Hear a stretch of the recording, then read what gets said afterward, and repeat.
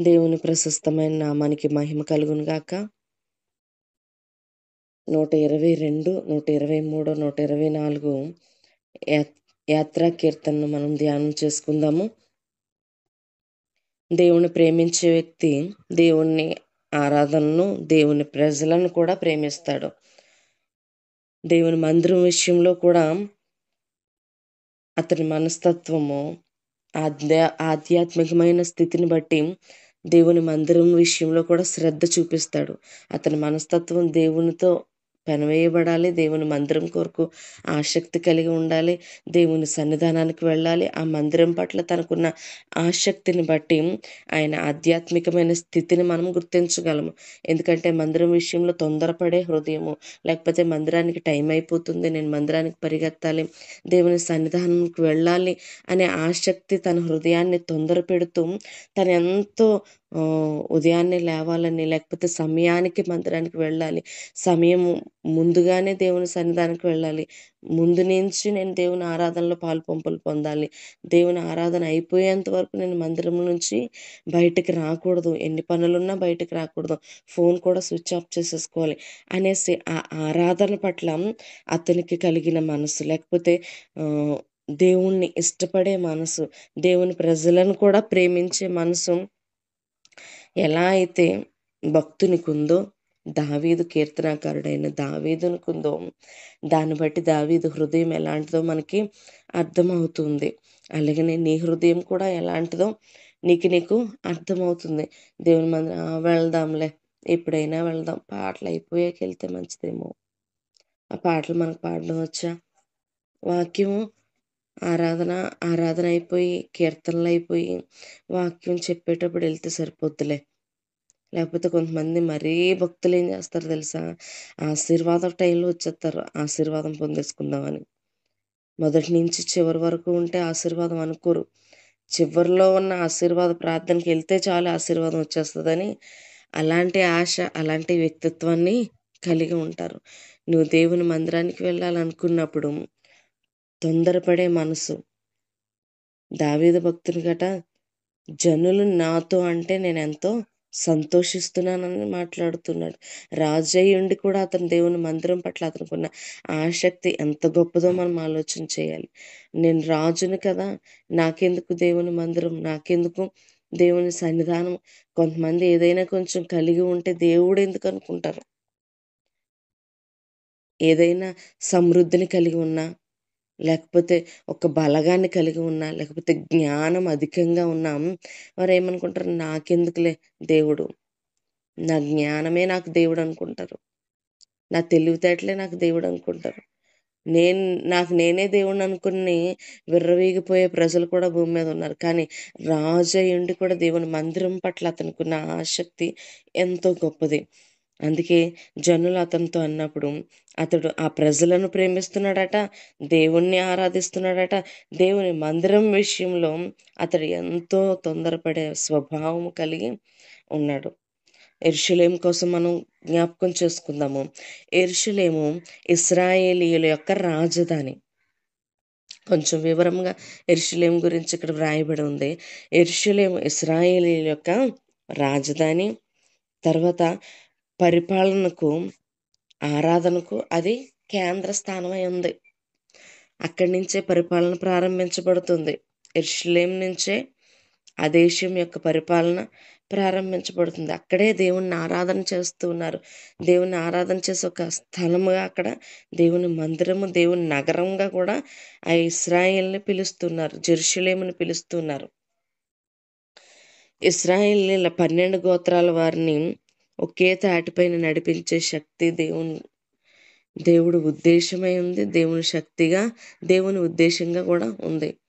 ఆరాధన నిమిత్తమయ్యట ఇశ్రాయేల్ ప్రజలు సంవత్సరానికి కనీసం 3 సార్లు అయినా సరే యెరూషలేముకి వెళ్ళాలని దేవుడు తన ప్రజలకు ఆజ్ఞాపించాడు.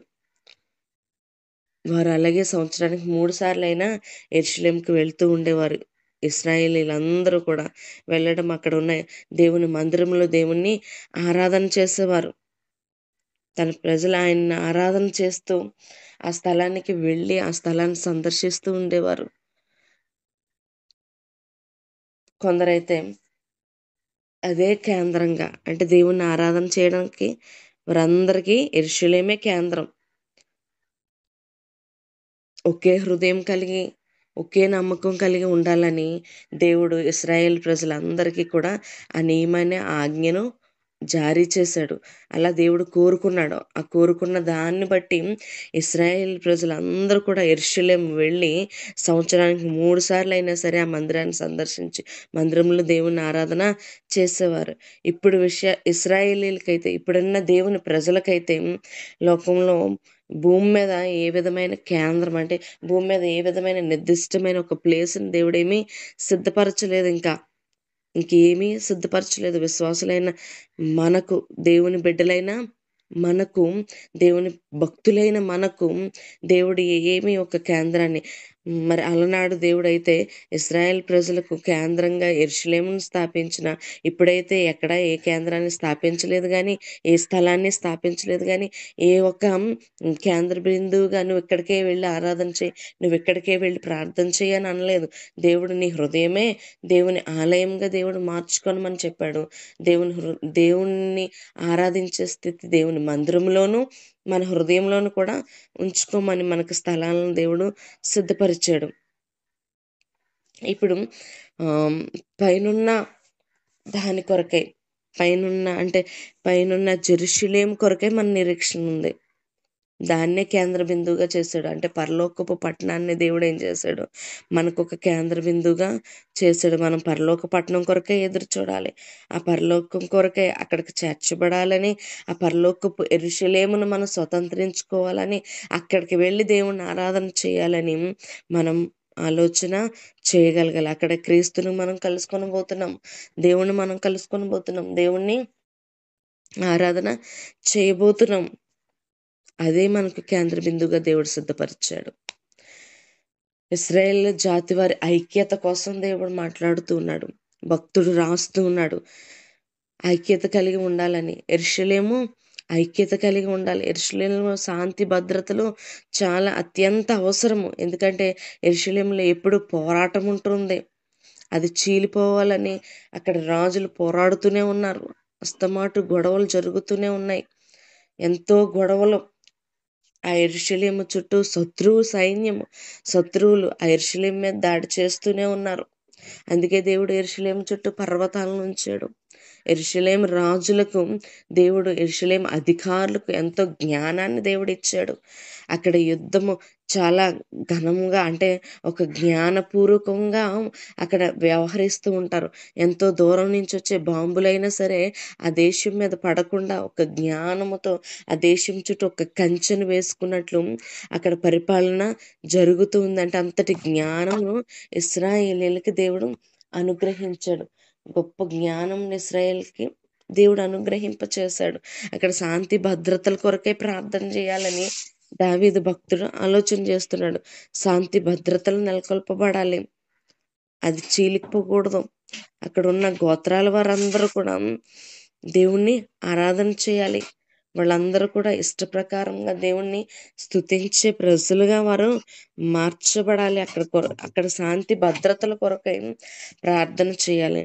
అందువలన అక్కడ ప్రజలకు మేలు కలుగుతుందని, దేవుని మందిరానికి మేలు కలుగుతుందని దృష్టిలో ఉంచుకొని కీర్తనకారుడు ఏం చేస్తున్నాడంటే అక్కడ శాంతి నెలకొల్పబడాలని ప్రార్థన చేయాలని, దేవుని మందిరం కొరకే ప్రార్థన చేయాలని అంటున్నాడు. చూడండి, ఇప్పుడు ఎక్కడైనా దేవుని మందిరం చీలిపోయేలాగంటే గొడవల్లో ఉందనుకోండి, కొన్ని మందిరాలు గొడవల్లో ఉంటుంటాయి.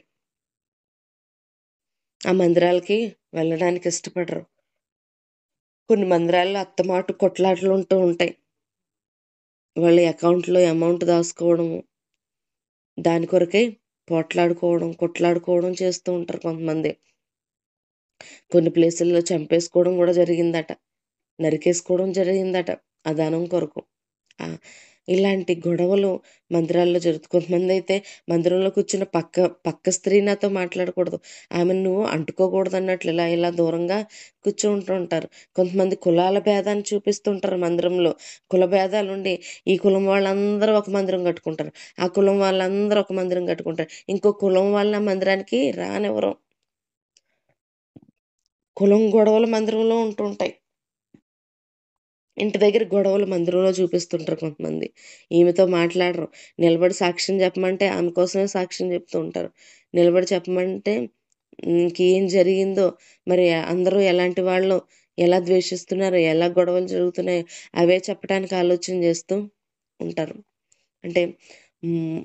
మందిరంలో కొట్లాటలు, మందిరంలో గొడవలు, సహోదరులను ఒకరినొకరు ప్రేమించుకొని మన దేవుడు మాట్లాడుతుంటే, ఒకరి ఎడల ఒకరు ప్రేమగా చూపించుకోమని దేవుడు చెప్తూ ఉంటే, నేను నీ వలే నీ పొరుగు వారిని ప్రేమించమని దేవుడంటే, నీ తోటి దేవుని ప్రజలయుండి, నీ తోటి విశ్వాసులయుండి, నీ తోటి సహోదరులయుండి వారిని ప్రేమించడానికి ఇష్టపడవు. వారిని చూస్తే ప్రైజ్ లార్డ్ చెప్పడానికి ఇష్టపడవు. మొహం చాటేసుకునేవారు ఉంటారు.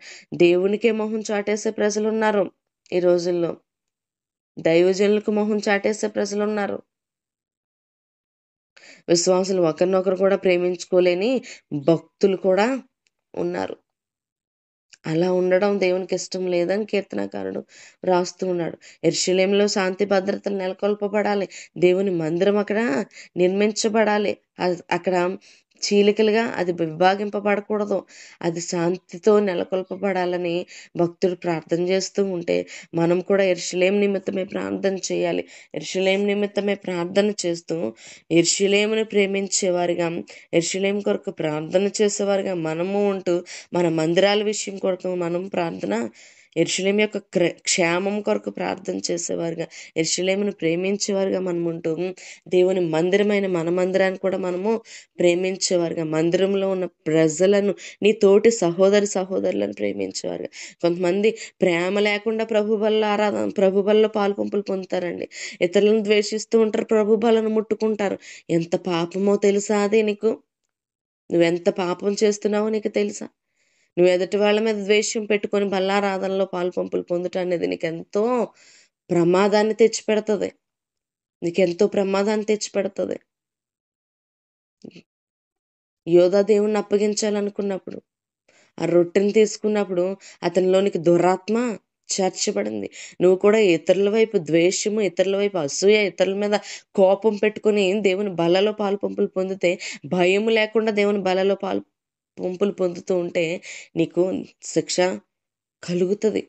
భయం కలిగి ఉండాలి. ఇతరులను క్షమించే మనసుండాలి. ఇతరులను ప్రేమించే మనసుండాలి. నిన్ను ప్రేమించే భక్తుల విషయంలో, అంటే నీ తోటి సహోదరుల విషయంలో, దేవుని ప్రజల విషయంలో నువ్వు ప్రేమించే మనసు కలిగి ఉండాలి గానీ, కోప్పపడే మనసు, అసహ్యించుకునే మనసు నీకు ఉండకూడదు. సమాధానం కలిగి ఉండాలి. ఐక్యత కలిగి ఉండాలి. మనం కూడా ప్రార్థించాలి దావీదు వలె సంఘం ఐక్యతతో ఉండాలని. సంఘంలో ఉన్న బిడ్డలందరూ ఐక్యత, సమాధానాన్ని చూపించాలని విశ్వ ప్రయత్నాలు మనం చేయగలగాలి. ప్రార్థించగలగాలి. పరలోకంలో ఉన్న దేవునికి ఇష్టునిగా దేవుని దాసుడు ఉన్నాడట. దేవుని సేవ చేసే దాసుడున్నాడు. దేవునికి ఇష్టడుగా, దేవుని సమ్మతి ప్రకారంగా ఇతడు దేవుని సేవ చేస్తున్నాడు. చేస్తూ ఇతను ఏమవుతున్నాడు? దేవునికి దాసుడై ఉన్నాడు. దాసుల కన్నులు తన యజమాని చేతి తట్టును, దాసి కన్నులు తన యజమానురాలి చేతి తట్టును చూచున్నట్లు. అంటే చూడండి, యజమానుడి వైపు, యజమానురాలి వైపు నీ చేతులు చూస్తూ ఉన్నాయంటే ఎందుకు చూస్తున్నాయి? వారేమైనా పెడతారని, వారేమైనా సహాయం చేస్తారని.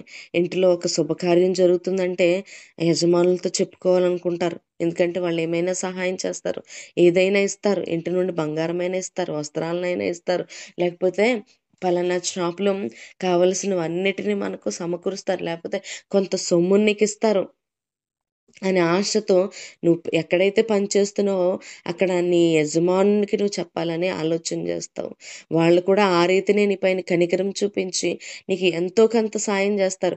ఆ ఫంక్షన్ అంతా చేసేవాళ్ళు కూడా కొంతమంది ఉన్నారు, లేకపోతే టెంట్కు డబ్బులు ఇచ్చుకునే వాళ్ళు కొంతమంది ఉన్నారు, ఫంక్షన్లో గిఫ్ట్లు ఇచ్చేవాళ్ళు కొంతమంది ఉన్నారు, లేకపోతే ఆ బిడ్డకు సంబంధించి, లేకపోతే పెళ్ళికి సంబంధించిన బంగారం, మంగళసూత్రాలు ఇలాంటి వాటిని ఇచ్చేవాళ్ళు చాలామంది ఉన్నారు. అంటే దాసుల కన్నులు యజమానుల యజమానుని తట్టు చూస్తున్నాయంటే మరి నువ్వు దేవుని సేవకుడు అంటే దేవుని దాసుడవు, దేవుని దాసురాలవై ఉన్నావు, దేవుని పని చేసే వ్యక్తివై ఉన్నావు. మరి నువ్వు ఎవరి వైపు చూడాలి? దేవుని వైపు చూడాలి. దేవుని వైపు చూసినప్పుడు ఆయన నీకు సహాయము చేస్తాడు. ఆయన నీకు ఏమి ఇవ్వాలనుకుంటున్నాడో, నీకు ఏది అవసరమో, నీకు అనారోగ్య పరిస్థితిలో ఆరోగ్యం ఇవ్వాలనుకుంటున్నావా? అయితే దేవుని అంటే యజమానుడైన దేవుని వైపు నువ్వు చూడు. నువ్వు కష్టంలో ఉన్నావా? నీ యజమానుడైన దేవుని వైపు చూడు. ఆ కష్టం నుండి నిన్ను విడిపిస్తాడు. రోగంతో ఉన్నావా? సమస్యలతో ఉన్నావా? అప్పులతో ఉన్నావా? అయ్యా బిడ్డకు పెళ్లి చేయాలనుకుంటున్నావా? ఉద్యోగం కొరకు చూస్తున్నావా? వ్యాపారం కొరకు చూస్తున్నావా? ఏది ఏది తలపెట్టినా దా యజమానుడైన దేవుని వైపు నువ్వు సేవకురాలువైన దాసివైన దాసుడు అయినా నీవు చూస్తూ ఉండాలి. చూస్తూ ఉంటే ఆ యజమానుడు నిన్నెప్పుడు పడనివ్వడు. ఆ యజమానుడు నిన్నెప్పుడు త్రోసివేయడు. ఆ యజమానుడు నీకు చేయవలసిన కార్యాలను చేయక మానడు. ఖచ్చితంగా ఆయన నీకు చేసేవాడై ఉన్నాడు. మనుషులు తమ మీదకి లేచినప్పుడు యెహోవా మనకు తోడై ఉండని ఎడల శత్రువుల నుండి గొప్ప విడుదల ఈ వచనాల్లో దేవుడు సూచిస్తూ ఉన్నాడు. శత్రువుల నుండి విడిపించేవాడు దేవుడే. వారు ఘోషించే జలంలాగా అంటే అడవి మృగాల్లాగా, క్రూర మృగాల్లాగా, వేటాడే మృగాల్లాగా ఆ శత్రువులు ఇశ్రాయేలీయులైన దేవుని ప్రజల మీద విరుచుకుపడుతుంటే వారి నుండి విడిపించేవాడు దేవుడే. తమ జ్ఞానం కాదు, తమ యుద్ధ నైపుణ్యం కాదు, బలం వల్ల కాదు, దేవుడు తన వైపు ఉండడం వల్ల దుర్మార్గుల చేతి నుండి దేవుడు వారిని నాశనం చేయకుండా వారిని రక్షిస్తున్నాడు. వారి ప్రయత్నాలు అంటే శత్రువుల ప్రయత్నాలు అన్నిటిని దుర్మార్గుల చేతి నుండి వారిని విడిపిస్తూ ఉన్నాడు దేవుడు.